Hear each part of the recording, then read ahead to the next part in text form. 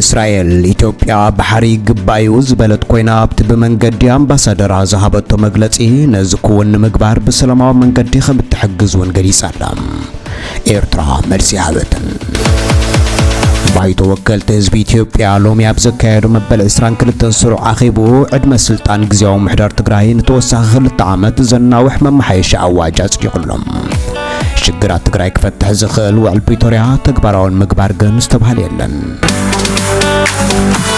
ጀርመን ካፕሶሎሳት ሒዛ ዝጠፈ ኤርትራዊ ህፃን ንምድላይ ኣብ ከቢድ ስራሕ ከም ዘላ ገሊጻላ ወዲ 6 ዓመት ቆልዓ ጳውሎስ ዳዊት ንምርካብ ንሰሙን መመላእታ ዘካየድኩ ስራሕ ፍሬ ረኸብኩን ውን ይላላ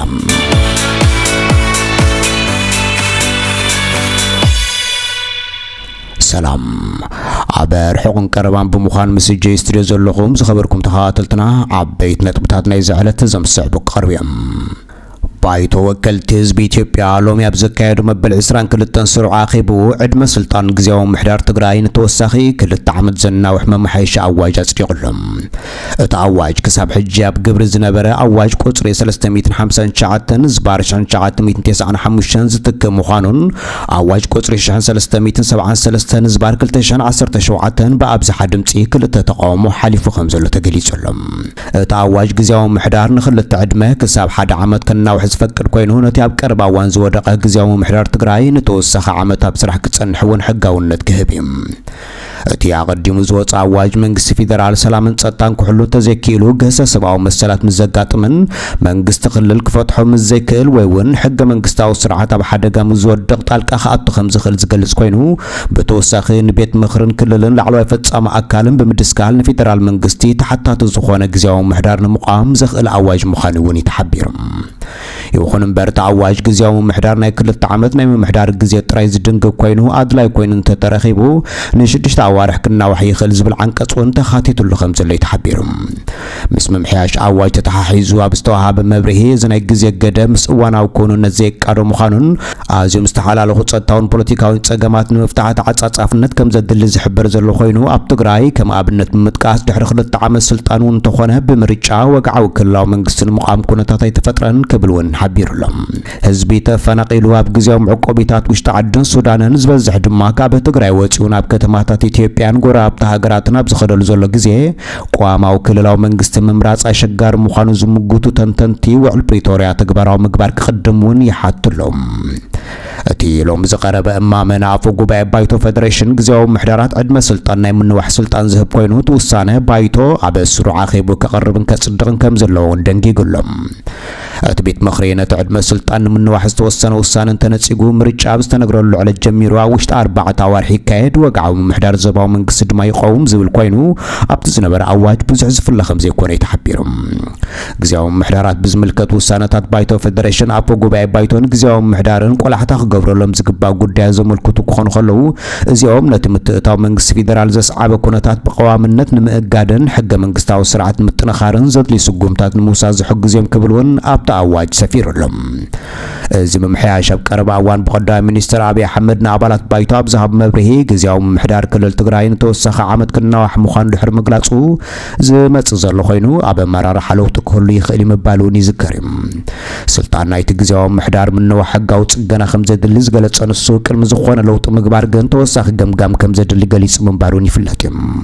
ካብዚ ገምጋም ብምብጋስ መሰረት ስምዕ ሰላም ፕሪቶሪያ እቲ ግዚያዊ ምሕዳር ክሳብ ዝቕጽል ምርጫ ክቕጽል ምዃኑን ኣብ ትግራይ ዘሎ ጸገማት መፍታሕ ፌደራል መንግስቲ እንታይ ተራ ክጻወት ከም ዝኽእል ግን ብዝርዝር ኣይገለጸን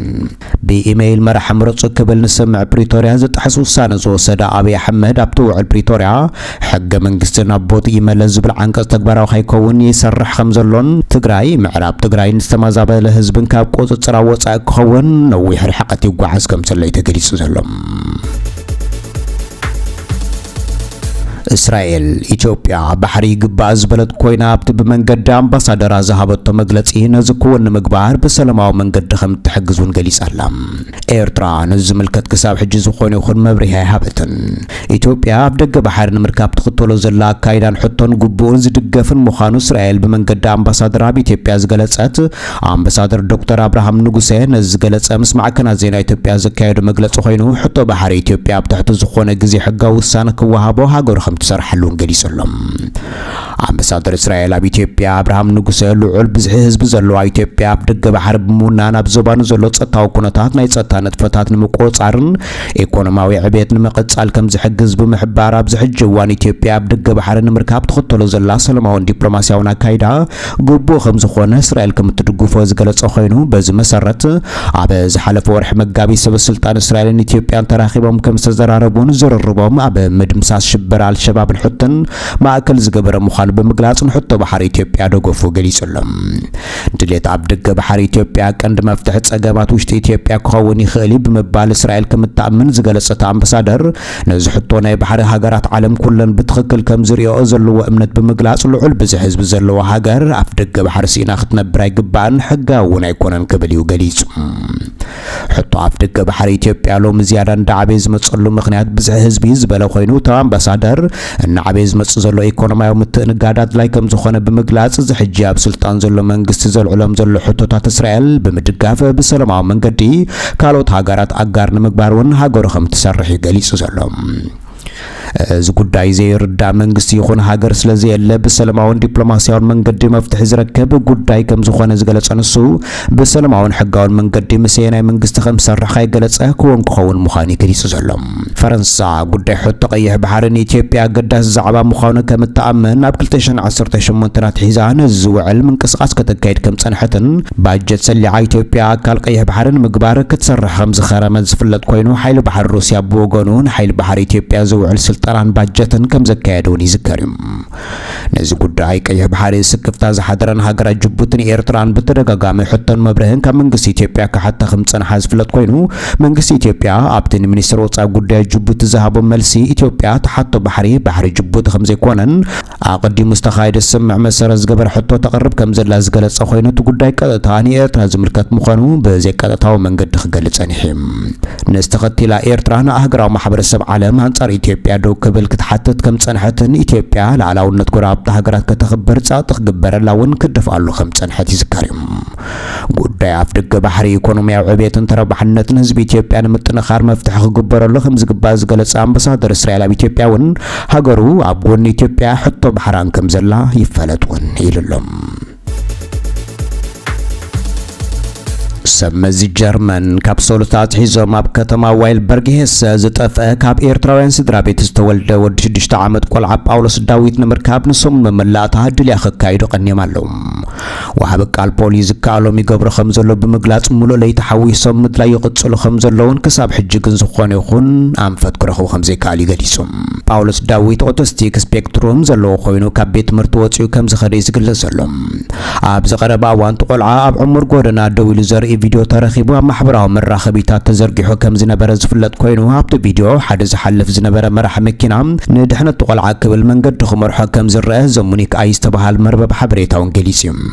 ጳውሎስ ምስቲ ኩነታቱ ኣብቲ ኣፋፋህ ወሃብ ኩሉ ስለዝኽእል ብፍርሒ ግብረ መልሲ ምእንቲ ከይህብን ዝረኸቦ ሰብ ብቐጥታ ከይቀርቦ ወይ ከይጽውዖ ፖሊስ ምሕጽንታ እውን ኣቕሪቦም ኣለዉ ኣብ ክንዱ 110 ብምድዋል ወይ ኣብ ቀረባ ናብ ዝርከብ መደበር ፖሊስ ክሕብሩ ዝተላበወ ፖሊስ ኣብቲ ዝካየድ ዘሎ ናይ ምድላይ ስርሒት ልዕሊ 600 ኣባላት ፖሊስ ምስ ዕሉማት ኣኽላባትን ፈረንሰኛታት ጀላቡ ሄሊኮፕተራትን ኪላታት ሓንበስትን ዝሓቆፈ ጉጅለ ድልያ ድሕነት ተዋፊሩ ከም ዘሎ ተገሊጹ ኣሎ ሕብረተሰብ ናይቲ ከባቢ ጳውሎስ ብሰላም ናብ ቤቱ ክምለስ እናተተስፈወ ኣብቲ ድልያ ምትሕብባር ይቕጽል ከም ዘሎ ዝገልጻ ማዕከናት ዜና ጀርመን ቢቢሲ ብወገኑ ኣብቲ ከባቢ ንዝርከቡ ሓደ ኤርትራውያን ከም ዘዘራርቦምን እቶም ስድራ ኣዝዮም ተጎዲዮም ከም ዘሎ ብምግላጽ ጳውሎስ ብዝቐልጠፈ ተረኺቡ ናብ ገዝኡ ክምለስ ብምድላይ ኮነ ብጸሎት ኣብ ጎኒ ስድራ ህዝቢ ክሓብር እውን ጸዊዑሎም ክቡራት ተኸታተልቲ ጄስትሪዮ ክትከታተሉ ጽንሕኹም ዓበይቲ ነጥብታት ናይ ዝዕለት ነይሩ ድሕሪ ዝተወሰነ ሰዓታት ምስ ሓድሽ ዕባለታት ክንራኸብ ኢና ኣብ ዘለኹም ጥዕሞም